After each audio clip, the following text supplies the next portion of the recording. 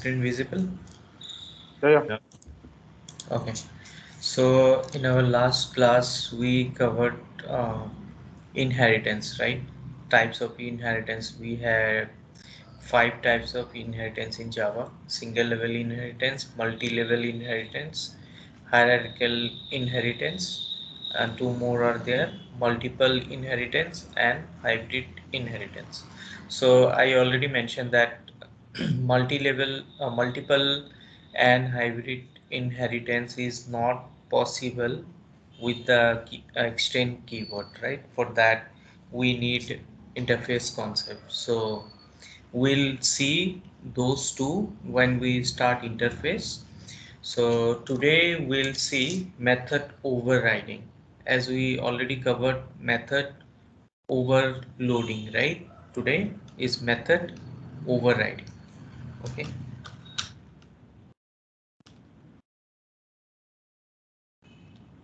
Bro, I didn't get What it. What you is said? Multiple inheritance multiple and in hybrid inheritance and you have to cover hybrid later. inheritance? Yeah, Hybrid. for that we need in interface concept. With interface only we can achieve. Okay, So when you are going to start interface, that time you are going to cover. that time we will cover those. Right. Okay. Yeah. So now we have covered today method overriding. So we know method overloading, right?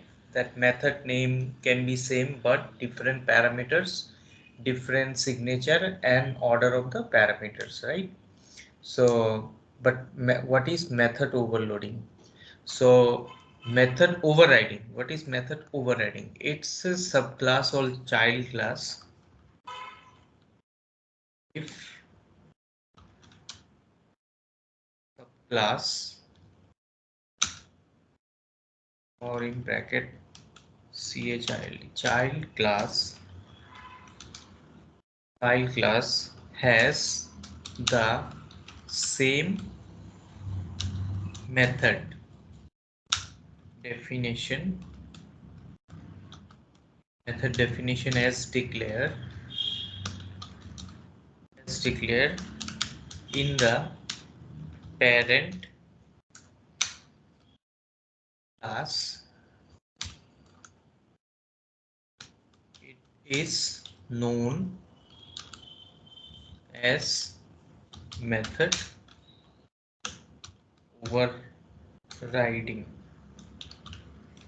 overriding in Java. So basically, if child class method name and parent class method names if same, okay, in that case we call it's a method overriding. Okay, so one more thing is note: method overriding runtime polymorphism. So method overloading, it's a compile time polymorphism, and method overriding is a runtime polymorphism, and method overloading and method overriding is part of polymorphism.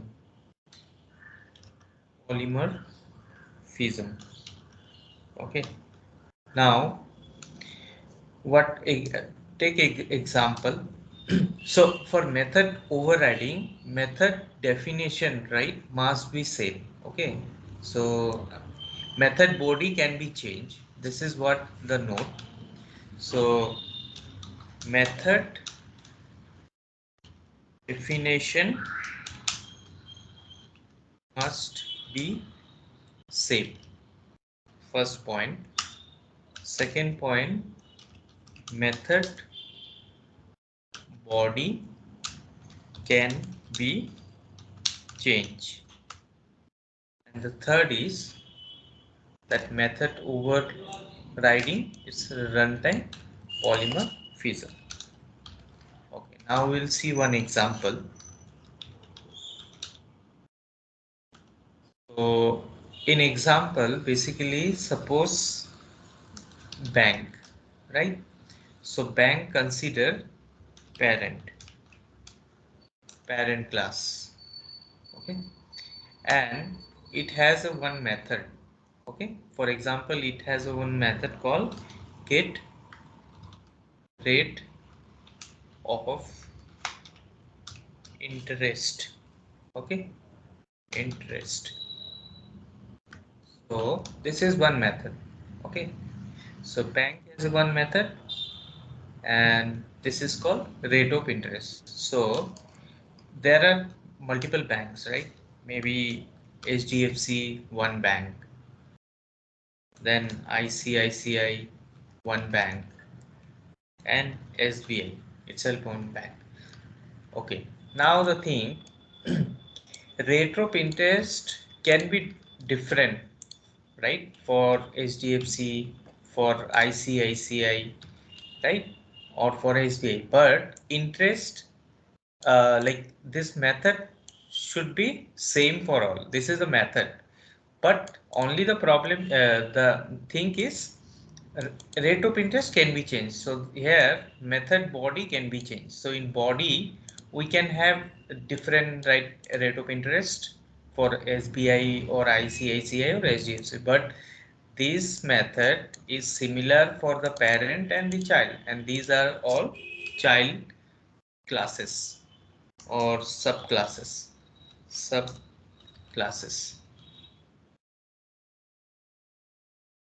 So now how to do that? So for example, I have one method, get rate of interest. For example, this is a method, and we can, the method start like this and like this, right? And change, we can change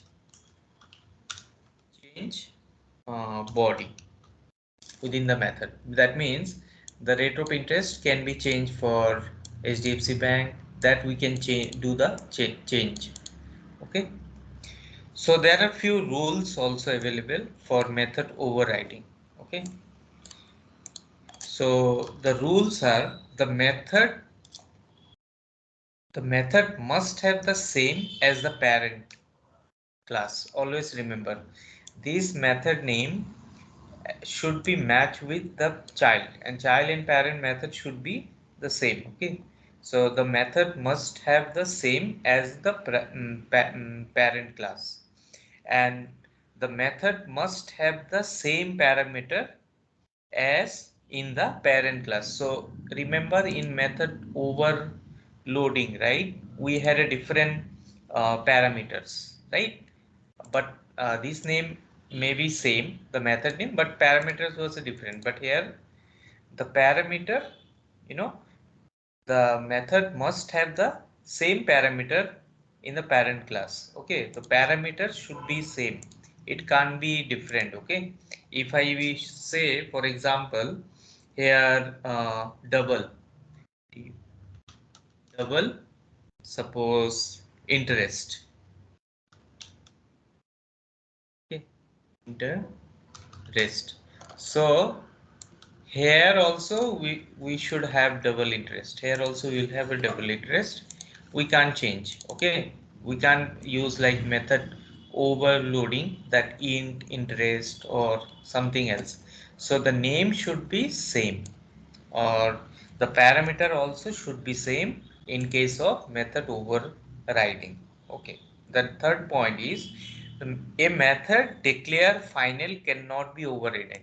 So if any method, okay, final, these things we will cover, but just for a note purpose, if you use a final keyword in front of any method, right, that you cannot overridden, because once you use a final, you can't change the body. Okay, because of that we can't use any, like for any method final for that overriding, it can't be overridden. Okay, if you use final, because we can't, in that time we cannot change the body. That is why we do not use final keyword for method overriding, because then you cannot override that method. Okay, next point, a method declares static cannot be overridden. So if you declare any method as a static also, that also you cannot be overridden, means you cannot override that method. Okay, so method can't be static or final. Okay, just remember these two line. Okay, so and the access level cannot be cannot be more restrictive than the overridden methods access class. So these, whatever the method you declare, right, you cannot make any protected and all, make it you can make it default. Okay, default or public, means it should be like you can't protect it, or private, because otherwise you cannot access from other packages, right, or some other classes. That's why it can't be, restrictive. You can't restrict, so that you cannot even achieve that method overriding. So now this thing will see one program, and we will understand better. Sorry, today's session 13. So if anyone asks the difference between method overloading and method overriding, you should know, right? In method overloading, method name can be same but different parameters, right? Or different signature or different order. But here it can't be different, right? It should be same, whatever. It can't be different. Okay. And method overloading is a compile time polymorphism, and method overriding is a runtime polymorphism. Now let's create a one class. So we'll create one class. Okay. So the class name is bank. The same example we'll do. For example, I'm saying bank. Okay. Or you can say RBI. No problem. Okay. So RBI is a parent of every bank, right? So for example, parent class, this is RBI and this is parent class. Okay. Now, so in parent class also we have method, right? This method we can copy from here also. Get interest, rate of interest, for example.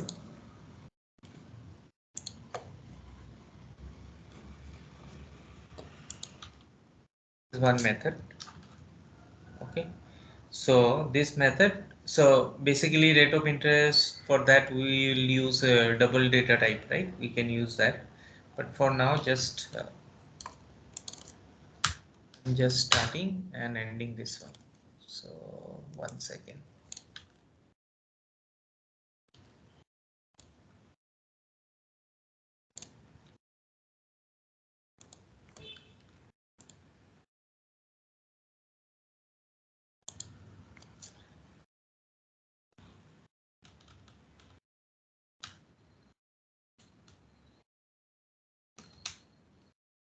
Okay.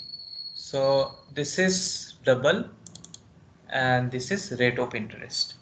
So why we are getting error? Because it's a return type, right? It's not a void. So it's have, so you remember, right, the difference between a return type and no return type. So the moment you see double, it's a data type, it will return. So we have to use return keyword.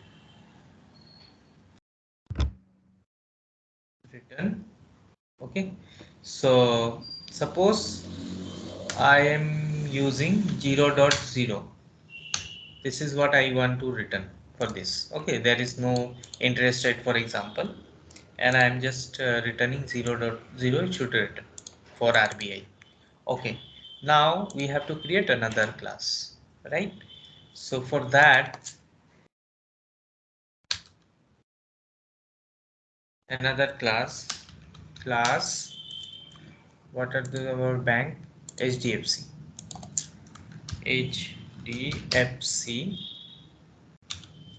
Now it will extend bank, right? Bank means RBI. Okay, so it will extend this bank. Now bracket start, bracket close. So we are extending RBI. Now here again same, we can copy because it should be same, but we can implement or we can change the body, right, as per the definition.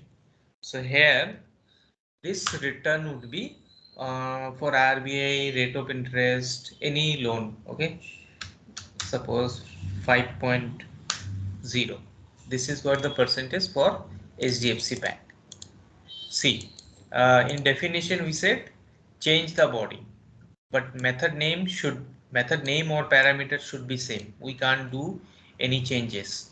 Okay, so this is method definition must be same. So that means the method name or within the, like the data type, whatever the parameter, right, it should be, it's all considered as a definition. Okay, so method definition must be same, method body can be changed. Okay, so here we see method definition is same, double, here also double, right, but we are changing the value, we can change it. Okay, now we'll create another class. We have ICICI, and it also extend which class it will extend, HDFC. which class? HDFC. No, it will RBI, right? Okay. RBI One only. question is okay. Yeah. Tell me. RBI is a parent class, right? Right. So under inside the parent class, you're writing subclasses, child classes.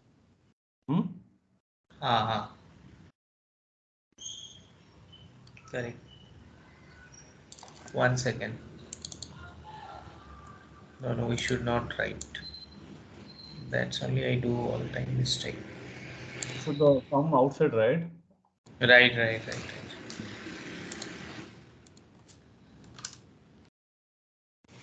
Good. But here, okay. So thanks.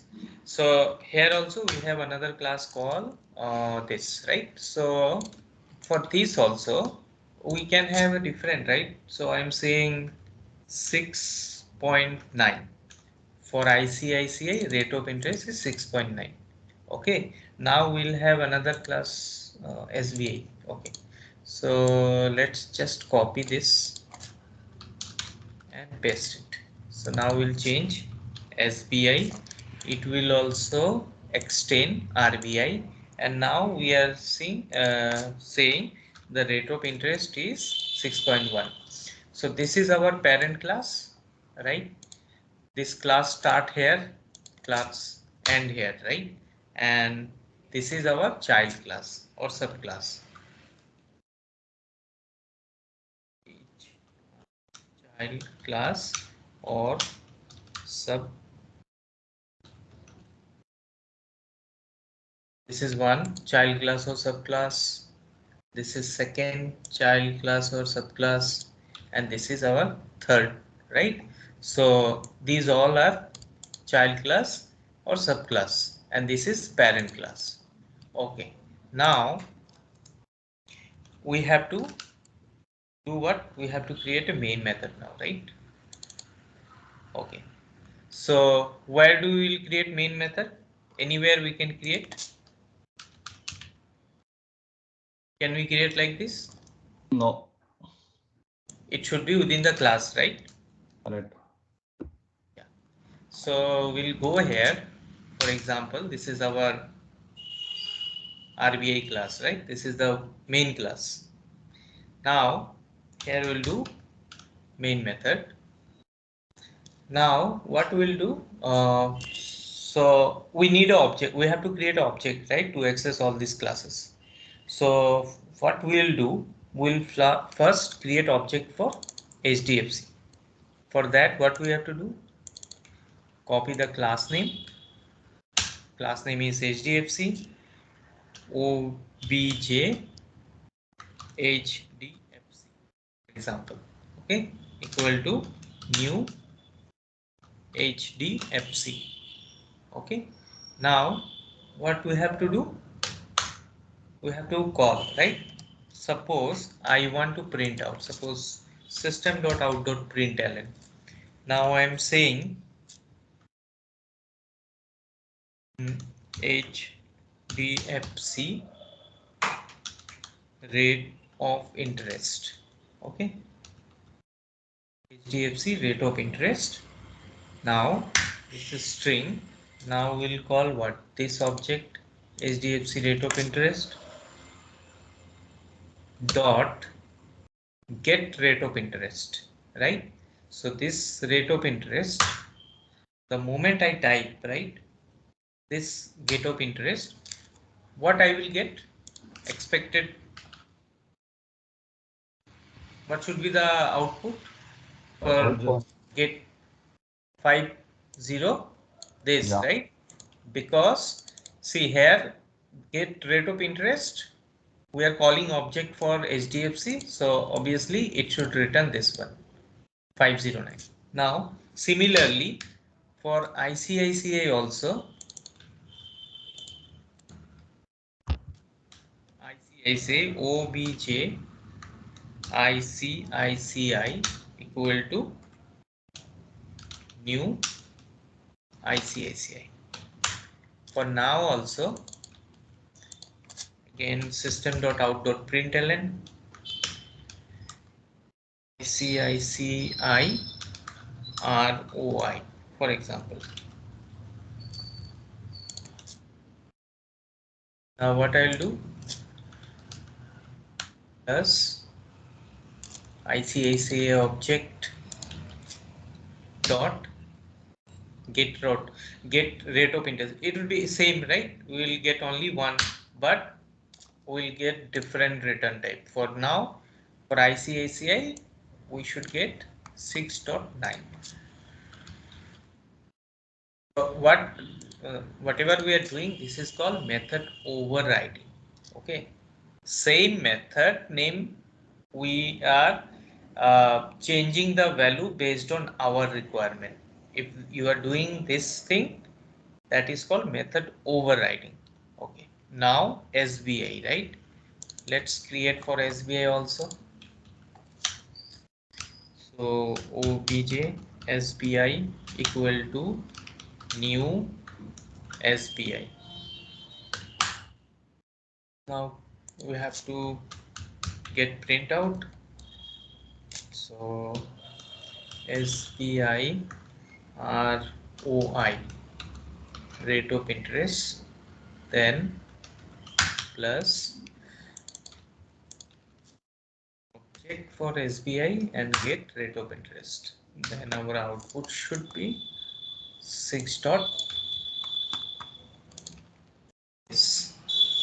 Okay, so let's print this one and see.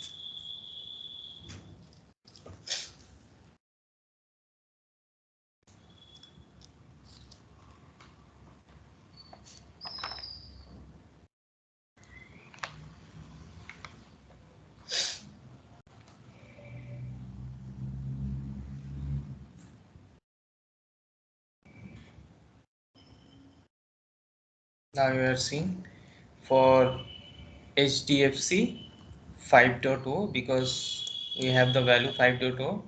For ICICI rate of interest is 6.9 and for SBI 6.9.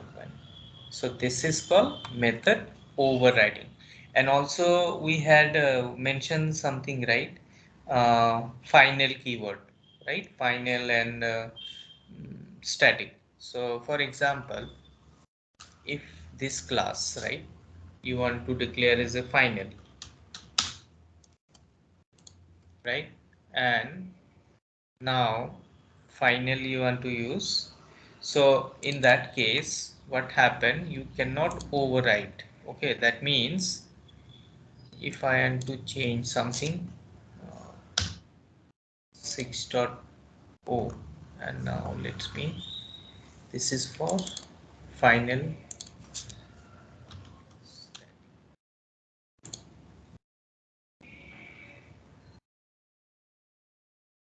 or just put static. So static is not allowed. Okay, first thing, if one second. Spelling is wrong. Static, we cannot create Yeah, yeah. object. So static, see, a modifier static not allowed. So you can't allow static when you're doing method overriding. Okay, and final, final also not allowed, can be overridden. We cannot override the final.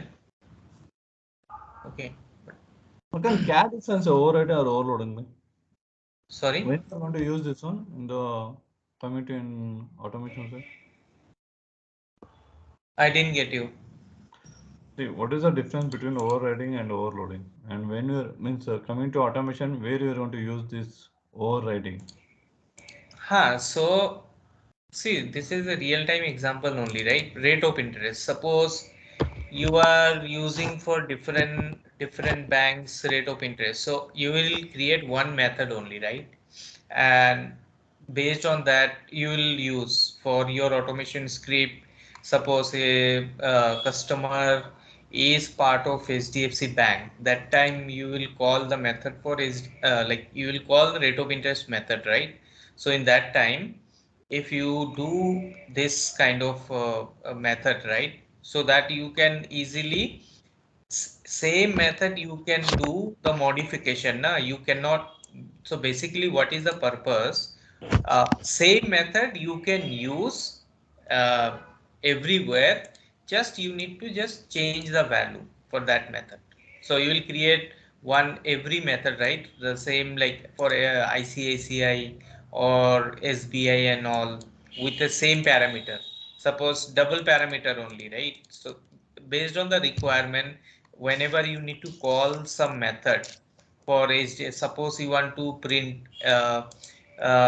get the interest rate, you may have 100 banks, right?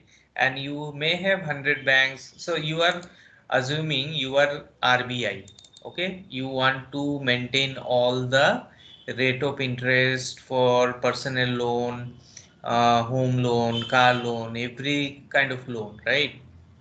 And for each bank, for example. So that time you just call this object and you will get to know. And that's how we you just need to change the body. If you want, you can change the body. So that when you say the difference, so method overloading and overriding difference are very, like, it's a completely different concept. In method overloading, method name can or cannot be same, but like different parameters, right? It should be different parameters and different signature order of the parameter. Suppose here you see we have a parameter, but here there is no parameter, right? In Mhm. method overriding, there is no parameter, na? We don't use any parameter, right? But okay, we You can use got my inheritance right here instead of overloading. We can use inheritance, right? Here in inheritance also we are going to create class, right? You're getting my point. no, I got it. But this method overloading can be achieved without inheritance. Okay, we don't need inheritance to achieve method overloading. Not Okay, overloading, overriding I'm talking. overriding we are doing inheritance only, right? It's an inheritance concept only, right? Yeah. Extending, we are extending, right? So that only possible method overriding only possible with the inheritance. Without inheritance you cannot do it. So we are extending RBI this method, right? This is the method for RBI, and we are just inherit this method from RBI and changing the body in like individual method, class method based on our requirement. So we are doing inheritance, right? And this is called method overriding. And this is runtime polymer. It's a part of a runtime polymorphism. Do you get the difference between overloading and overriding or not? That you tell me. Overloading, I got it because it would be name would be same, but parameter would be different. But here, Right. name and No parameter parameter. is same. Okay, but in here when I'm comparing with inheritance now, Hmm. I thought it looked like same. We are using there also extend Yes. and parent class here also. So that's what I'm saying. Method overriding we can achieve method overriding with inheritance concept only. Mm. Without inheritance, we cannot achieve this one. Means inheritance is mandatory to achieve method overriding. That's what I'm saying. Yeah, In what about method this over return type? In everywhere you are mentioned double only. If you are going to change ah, int, what will happen? It's going to give you error, right? see, We can't change. I Okay, said must be method same. definition must be same. It should, otherwise you are not doing method overriding, na? Mm-hmm. Then it will be considered as a method overloading only, right? Okay, got You it, are got it. changing parameter based on requirement. So if So you follow for all the method, six steps, it would be right. overriding. Method overriding, right? So Okay. method first thing is, if anyone asks what is method overriding, so Mm. first is method overriding means the definition must be same. Whatever the parent class have the method definition. So when you say definition, the data type, the method name, and the return type, right? And whatever, no, if there is no so this should be same for your subclasses. You can't do any modification. The moment I say int, okay, or float, it is not considering as a this one. Okay, double, for example, let's see, it is not considering as a method overriding. Okay, you will get some error. So you see, return type anyway. So the definition wise, if you are doing this, it is called method overriding, and body can be changed. See, we can change the body, right? This is the body of the method, right? So Mm. body can be, the moment say body can be changed means the value what you want to return, that can be changed. And return type, it's a data type, it is returning, right? So that's why it's a double. So the moment you use any data type, I already explained, right, my previous classes, the moment you say use any data type or a string, you are returning something. So for that you have to use a return keyword. So it will return something. If I say void get rate of interest, that means you don't need to return anything. It is not returning anything. So now this is what the method overriding concept. Any doubt for method overriding? Got it. And you can compare with the previous program method overloading. Loading You and will get in-year time lot. I'm comparing. That's why I asked question. Yeah. So Uh, there will be, Same, yeah, it looked like you know. inheritance and this overriding Yeah, see, method concept. overloading without inheritance, we can achieve method overloading. Okay, you don't require inheritance concept any to achieve a method overloading.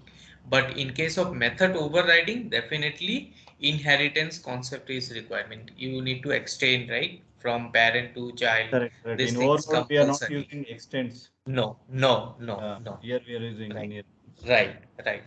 So this is actually interview question.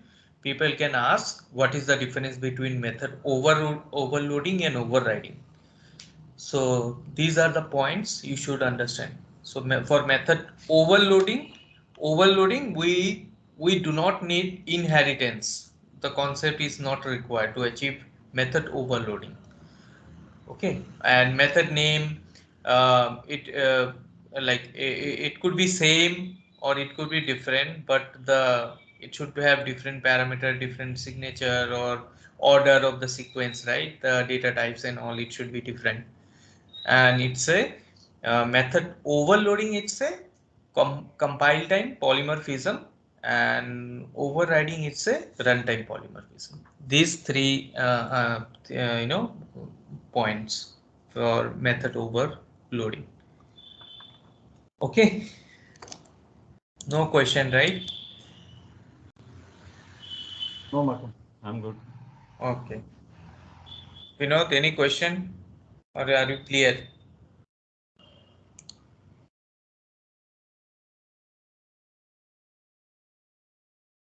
Are you clear?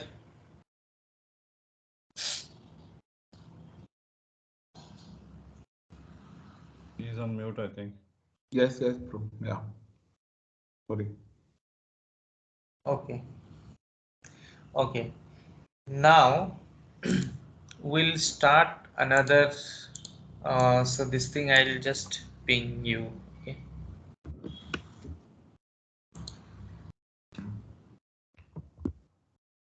Also, let me ping this one. This class.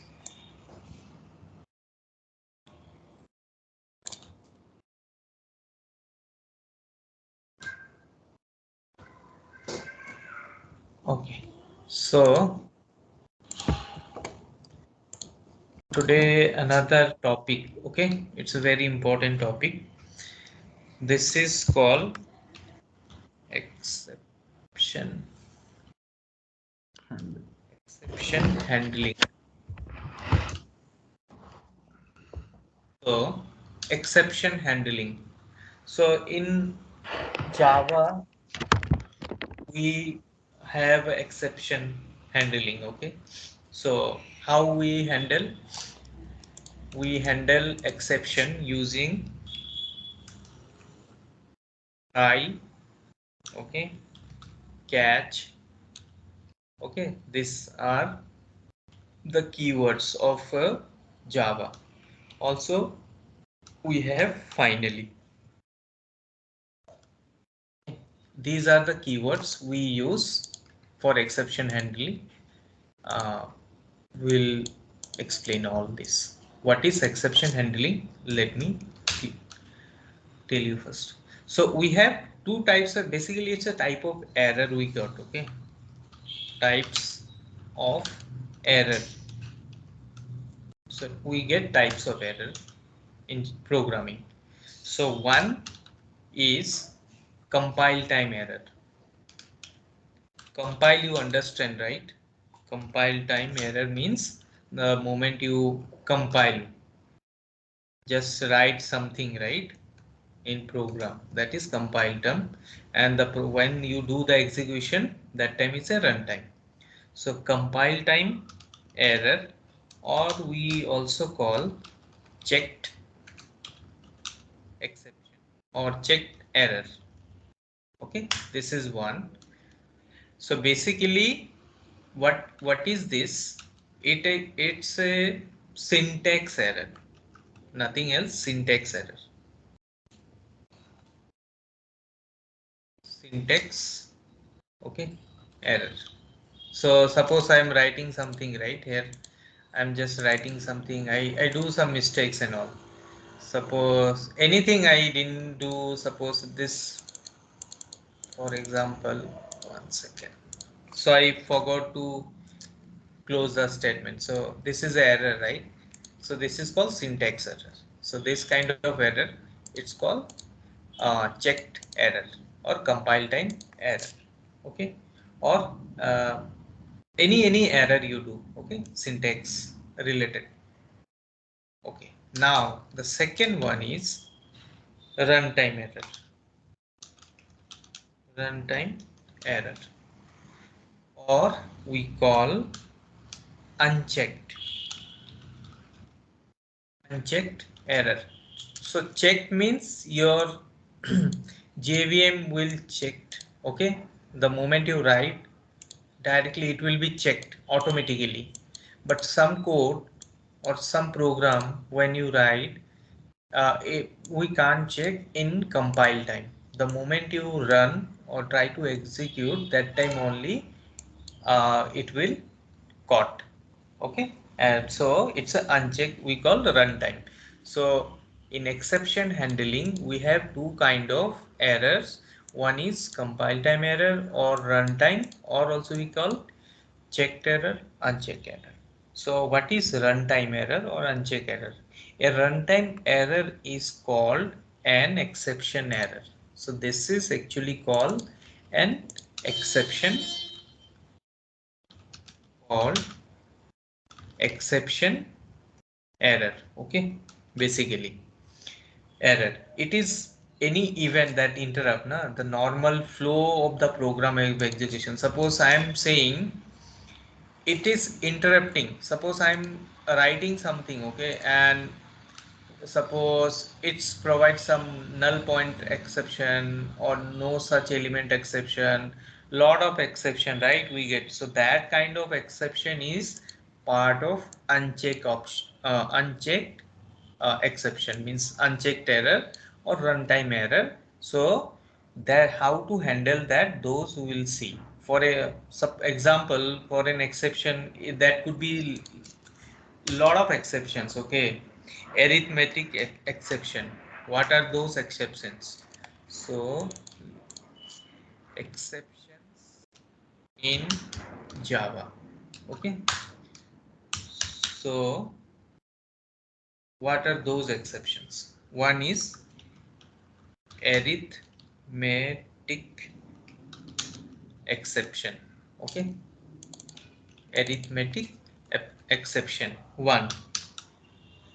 Second is null pointer exception, null pointer exception. Third is, there are many, I'm just writing few exception, okay, so that you will have a just idea. So null pointer exception, number format, whichever I remember I am just writing. Okay, array index out of bound exception. Okay, these are, suppose these are the four exception in Java we get. Okay, so these are called exceptions in Java. So this is a question for you. These exceptions are are called checked exceptions or unchecked exceptions. Unchecked. Yes, so these are unchecked because in sync, like we don't get the moment we write the program, we don't get this error until or unless we don't run, we will not see this exception. So these are called as a unchecked exceptions. So what is exception? So basically exceptions is a abnormal condition or event that interrupt the execution of program, right, or disturb the normal flow of the program. So that is called exception. It's in between. Suppose I want to execute, so in Java it's execute from line 1 to line 4, right, line by line. So maybe line 1 pass, line 2 pass, line 3 get error, so it will throw an exception. Because of that reason the line 4 will not going to execute, right. So the program or the process will get terminated at line number 3. So that type of things we can easily achieve using these three keywords: try, catch, and finally. Now what are, okay, before we use this, let's try to reproduce this exception. Okay, so let me create one class. How to reproduce this error, means basically this kind of thing. Okay, now we'll see the first exception, arithmetic exception. How we'll get it? So even in program, the moment you see this kind of error, you will easily understand, okay, this is what the error. Okay, now this is arithmetic, the first exception. Now what we'll do, we will create system.out.println. Okay, now for example, I'm saying int result equal to 100 divided 0. Now system.out.println, now print the result. Okay, so what I will get output?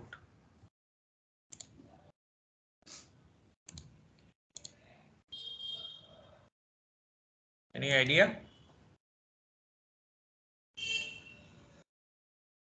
Same amount, 100 divided by 0. Vinod, who is good in calculation mathematics? NullPointer exception, bro. No, we'll get this one. Let's see.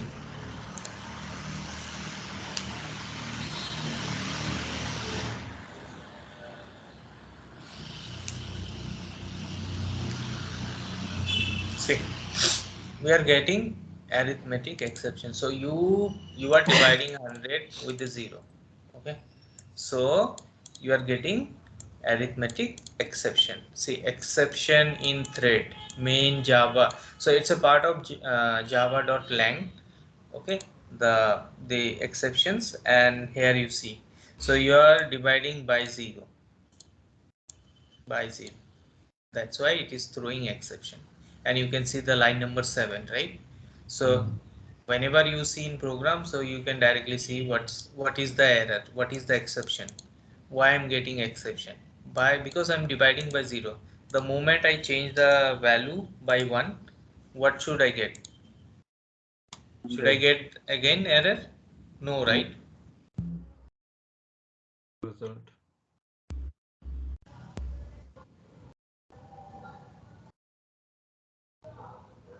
We are getting 100 because we are dividing by 1. Okay, so now this is arithmetic exception. Okay, now we'll see another one.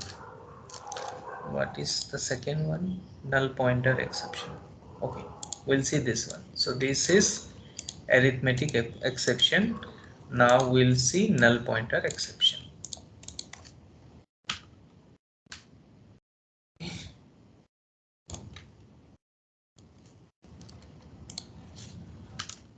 you don't understand, just let me know. Okay, okay, now I'm saying string s equal to null.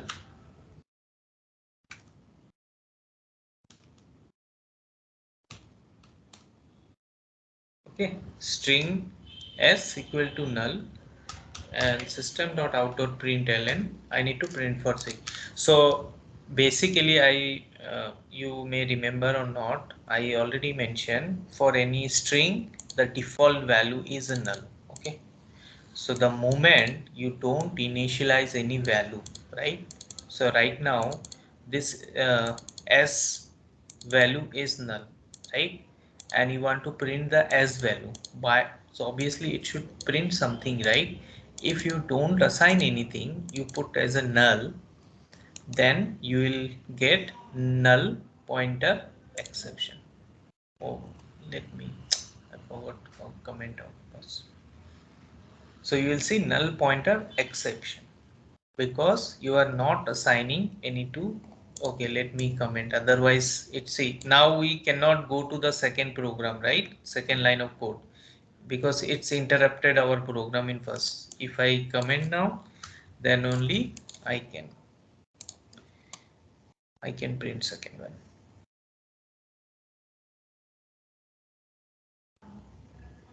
Okay, so now it's a null, right? 1 second, but what we'll do to get that, right? So this is null, so by default it will print null value. Okay, See, we should ideally for a string, the value should be within the string, right? But for any string, the default is null. Now just I show you this. Now to reproduce, what you have to do, we have to use variable dot length. So length, what it will give? It will give you the size, right? It will give you the size. So if I run now, I will get a null pointer exception because we have not mentioned anything. It's just a null. So we'll get null pointer exception. Okay. But if I say this, so it is within the string parameter and it has a 4, right? 1 2 3 4, right? We have a 4 character. Now we want to get the length. In that case we will not see any error because it has a length 4, right? 1 2 3 4. The moment I just put as a null, then and I want to get the print of length of the string value, then we'll get null pointer exception. Are you clear, both of you? Yeah, Mark. Any doubt? Yeah, if you have any doubt, let me know. These are the very important thing. So I'm explaining very, you know, easy way so that you will understand. Okay, now number format exception. What is number format exception? So the moment it's a number kind of things, right? So number format exception. Suppose I'm saying string s equal to, so it's a basically invalid or incorrect data type. Okay, so 1 to 2. Obviously this is not the correct, right? Because we are storing as a string and putting here some 1 2 3 value, right? Obviously it is not considering, because if I use double quote, then there is no issue, right? It will consider as a string. But in single quote, I am just putting like this, right? Which is not correct. Okay, now what I'm doing here, int I, I'm creating another variable and I'm using integer. Okay, this integer, so it's a typecasting I'm doing. Okay, parse. So I am converting this string to integer. For that, what I have did, I have created int I, and this integer, it's a class. Okay, it's so class, it's integer and dot parse int, and I need to convert, right, as value. So this is called typecasting. And now I want to print it, the value of I. Okay, so the value of I. So basically this string value is itself not a string, right? And I am trying to do it. Let me run it and see what I get.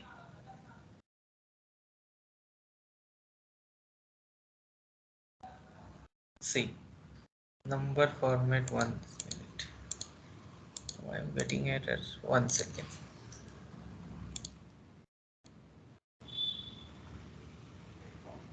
Int string provided.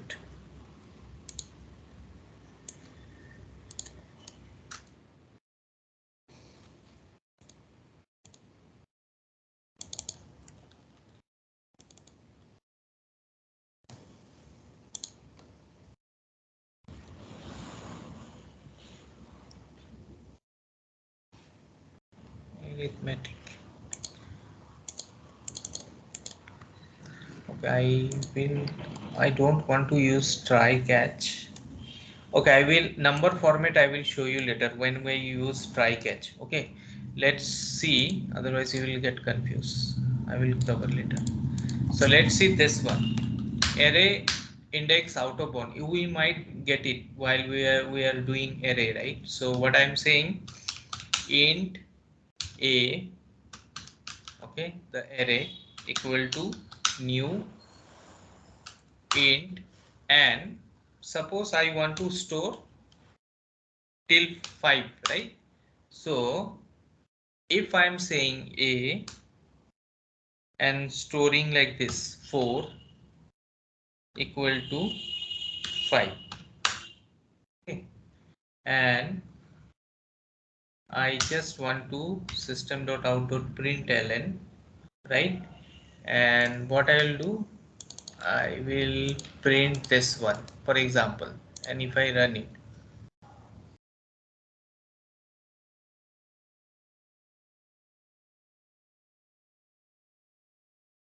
so I'm getting something, there is no issue, right? But if I'm saying here 6 and I'm running it,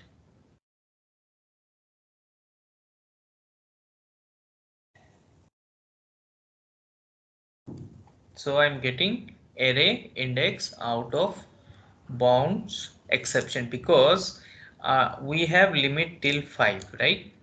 But we are forcefully assigning another, because here already we have mentioned we should have till 5, but again I am saying I want to assign on 6 this 5 value, which is not possible, right? So we are out of bound, means out of the, like, we whatever capacity, right, we are going out of the capacity and trying to store some value, okay, for array. So that's why we are getting array index out of bound exception. Okay, so these are basically called all kind of exception. There would be two three more exception, but these are the very common we get while writing our program. Okay, so these kind of uncheck exception we can achieve using try, catch, and finally. So what is try? So the try actually, it's a keyword, is used to specify, like, specifically any block where we should place an exception code. Okay, and the try, it will try to create, basically the use of try is it will create to reproduce the error. Okay, reproduce the error. Okay, that, and what is the use of catch? So the try definition is what? Simply, the try keyword is used to specify a block where we can place an exception code. Okay, we can place an exception code wherever we are getting, okay, the exception. So the try block must be followed by either catch or finally. So there is a combination. The moment you write catch try, then it should catch, means try means it will throw the exception. Okay, try means it will throw the exception, and catch, it should catch the exception, means catch, basically it will handle the exception, means I am throwing a ball, you have to catch it, right? So the ball will be considering as an exception and you have to catch it, the throw means the exception. Okay, and finally is little bit different. I will show you. Now let me comment this and try to use this first one, try with using TryCatch. Okay, what is the use of TryCatch? Okay, let me run it first, so you will understand try and catch. So the moment try you have to use catch. Okay, now we are getting, right, we are getting for this. Now we'll use try catch. Okay, what to do here? So we are getting error because we cannot divide by 0, right? 100. Now will use try. In which line we are getting? Line number 9, right? We are getting error on line number 9. So we have to use try before that line. So I'm saying try. My try will start. What you want to try? This exception, right? Because we are getting error on this. We have to place under this try block. Okay. We are keeping, because we are getting error this line, that's why this is a exception which we have to take care. So under try we'll keep this exception. The moment you enter try, right, we have to end with catch. So now we have to use catch. So what catch? So you know this is known exception, right? Now you run and you know the exception. In that case, you can just copy this exception. You know this one, right? What it will throw. So you are writing this exception should be catch, and you have to create one variable. So it can be any E for exception, put E or A, anything you can put it. Okay, and the bracket start and bracket close. So this result you want, right? So this result you have to put here. Okay, for this what you have to do, for example, here you have already created for catch this one, right? So you will use E dot to string. Okay, one second. Arithmetic Exception Java.long. Okay.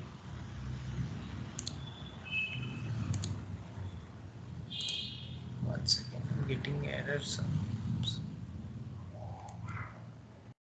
Never thrown corresponding blows. Try. One second. Let me create another class. TryCatch. TryCatch. Simple.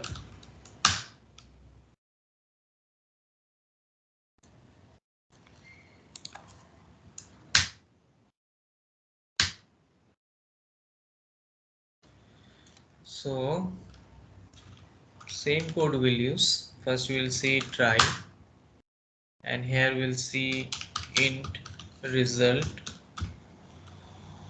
equal to 100 divided 0, and our code here completed. Now again catch.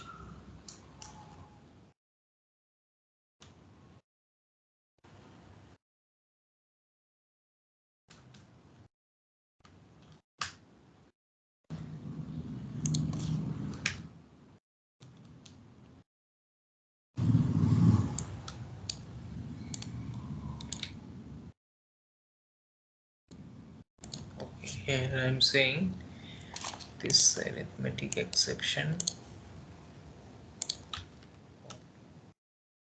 E.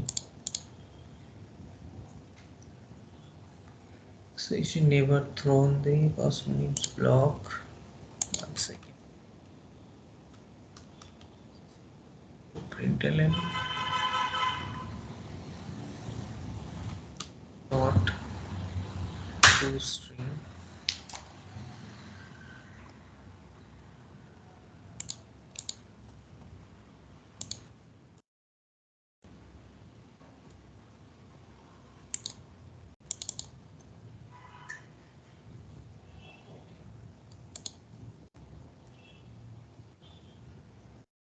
catch. Try catch.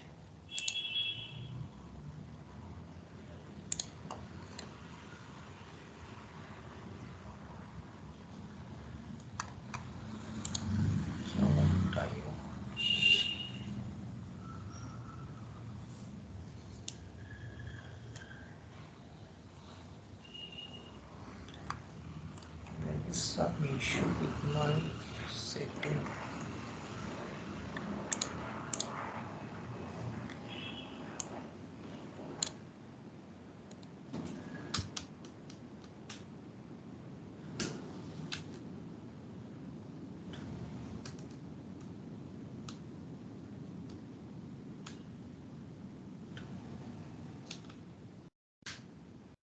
exception. So basically you have to import, okay, this java.lang arithmetic exception. That's why we were getting error. Okay, so it should be by default, but I don't know, for me I entered it. Okay, now what we got here, we got error, right, basically. So now what we are doing here, this error we are handling under the try. So we want to take care this error and catch.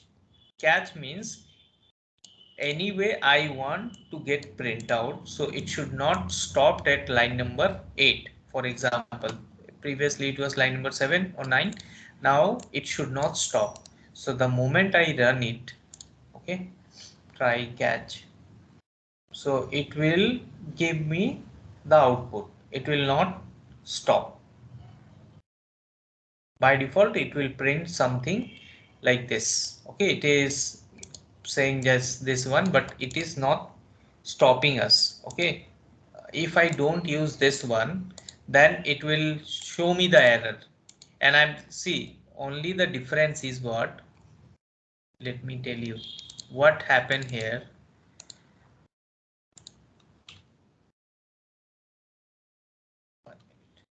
Both two programs are actually different. Okay, I'm telling what exactly happening, you'll understand.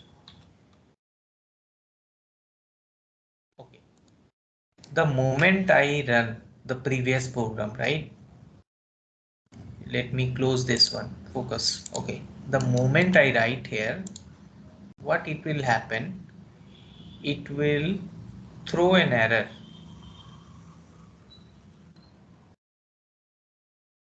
It will throw an error, and you are not going to any line. Okay, it is directly throwing an error, means here it's hard stopping at line number 9, and the code will not going to proceed. Okay, it will be exit from line number 9 only. But here if you run this program, then what happen, you will not see the exception. Okay, it will go, after that it will go. Or suppose after this try catch, right, if I want to print something, system.out.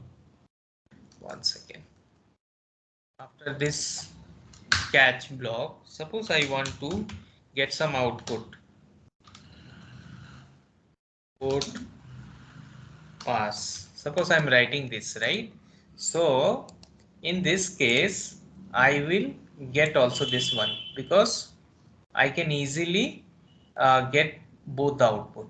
Okay, it is no doubt it's a some exception, but still my code will not terminate or blow. Now you can see code pass. So this is out of my try and catch block, right? So it's my some other code. Suppose I may have n number of line of code, right? N number of line of code.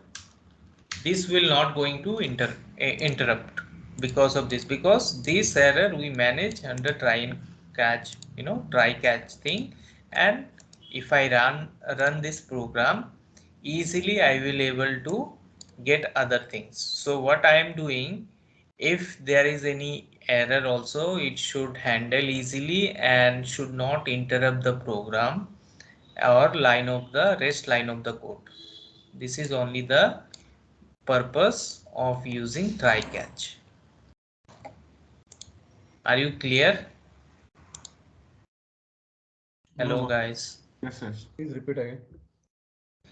So basically the moment you write here try catch, we are getting error, and if we have n number of line, right, it is not going to execute, right, because in Java execution start line by line.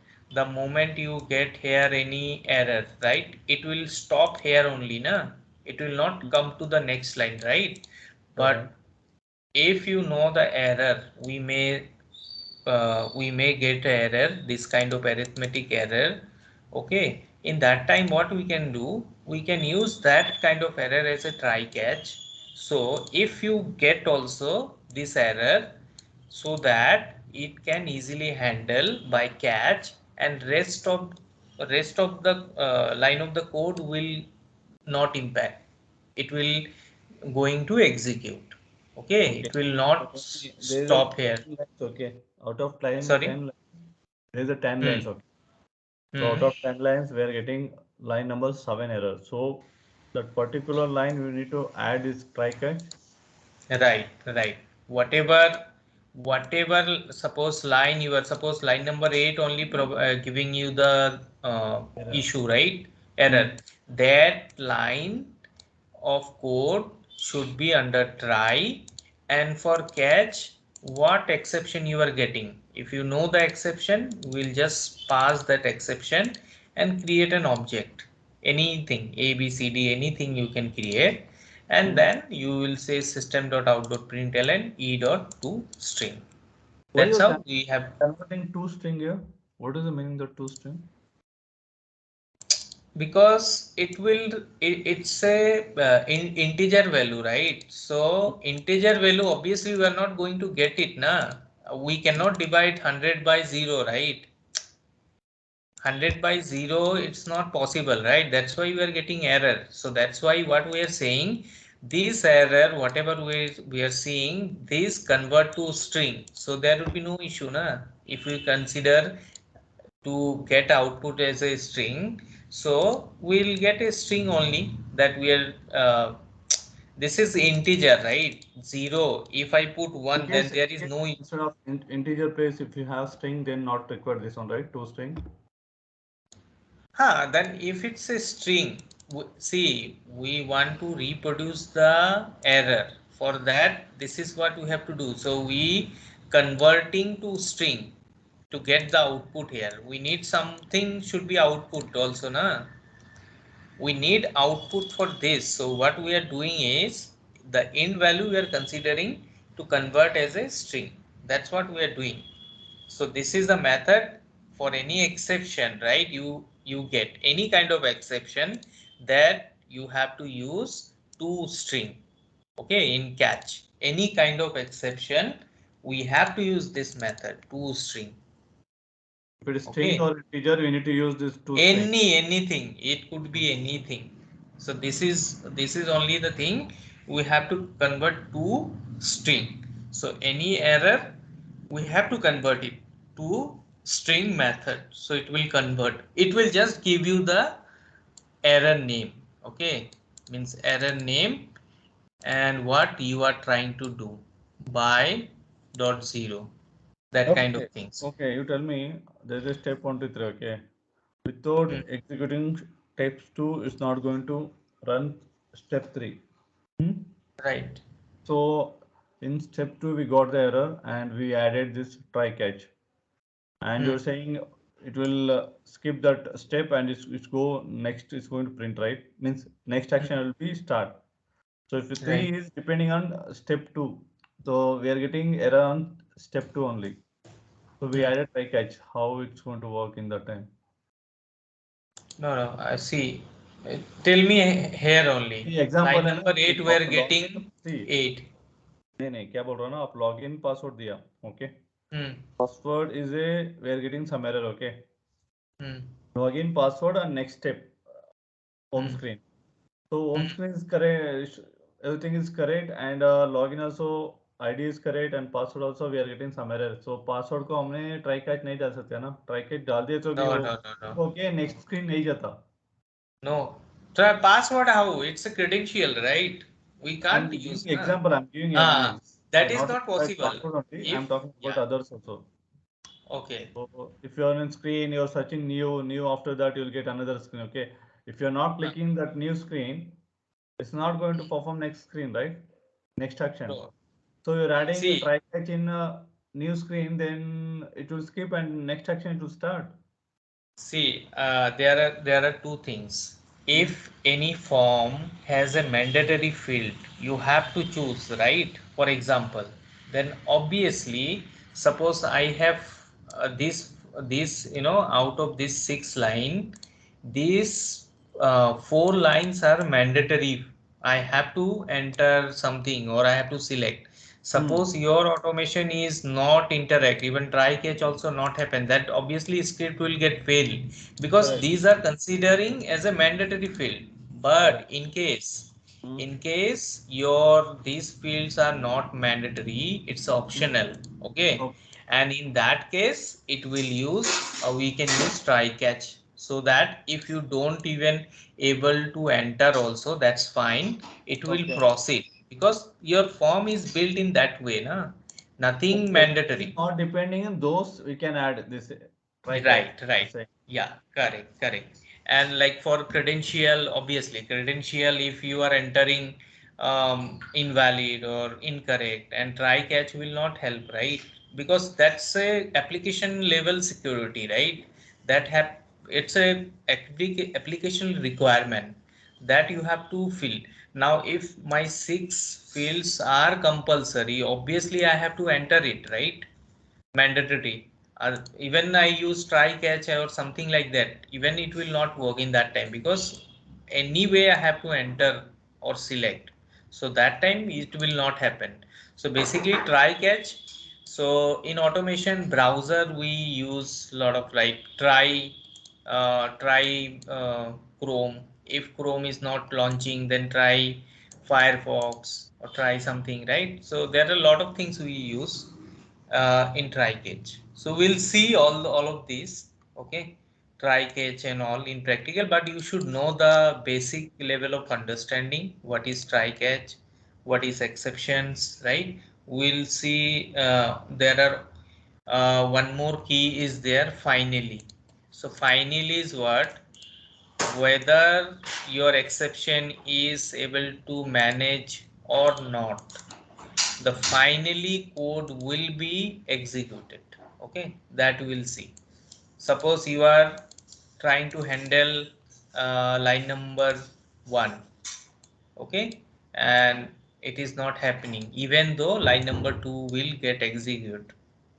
Even your exception is able to manage or not, that's a different story, but the moment you use the finally, it will be printed. Okay, that we'll see in next class. Okay, Okay. for now you can just use that this one try catch and how to get exception, right? That also you can do. I'm just copying paste, and there are n number of exceptions, but these are the mostly like we use. And number format one is that will the moment we try catch and finally that time I will show you. uh, but now you should know this is what. Also I am giving this import because sometime you may get issue for importing. You can directly import it, right? Okay, so for today we are done. uh, Next class we'll try to complete try catch. Okay, so today we covered method overriding, right? And what is exception handling, known exception, unknown exception, right? So just practice and let me know if you have any questions. So you can stop the recording now, Raghu.